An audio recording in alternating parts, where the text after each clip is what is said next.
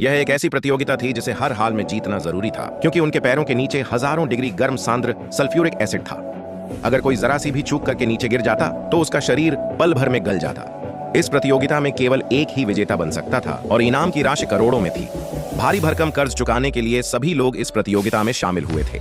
शुरुआत में सभी पूरे आत्मविश्वास से भरे हुए थे, लेकिन प्रतियोगिता शुरू होने के 2 मिनट के अंदर ही एक प्रतियोगी ताकत खत्म होने के कारण नीचे गिर गया और तुरंत अपनी जान गंवा बैठा। यह दृश्य देखकर सभी घबरा गए। अब पीछे हटने का कोई रास्ता नहीं था, इसलिए सबने अपनी अपनी सबसे बेहतर तकनीक अपनाई।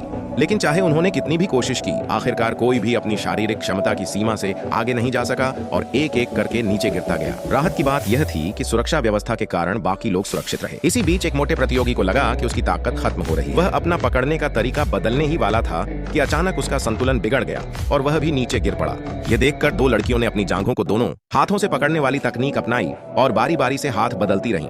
इस तरीके से वे थोड़ी देर और टिक गईं, लेकिन आखिरकार वे भी हार गईं। समय बीतता गया और अंत में मैदान में केवल 2 प्रतियोगी बचे। उनमें से एक अपनी आखिरी सीमा तक पहुंच चुका था। वह बार बार अपनी पकड़ बदलकर समय निकालने की कोशिश कर रहा था। एक बार तो वह लगभग गिर ही गया, लेकिन कर्ज का बोझ याद आते ही उसने पूरी ताकत लगाकर खुद को फिर संभाल। दूसरा प्रतियोगी पहाड़ की तरह अडिग रहा। वह लगातार अपनी सांसों को नियंत्रित करके ऊर्जा बचाता रहा। आखिरकार दूसरा प्रतियोगी भी अपनी शारीरिक क्षमता की परीक्षा में हार गया और दाशान करोड़ों के इनाम का विजेता बन गया।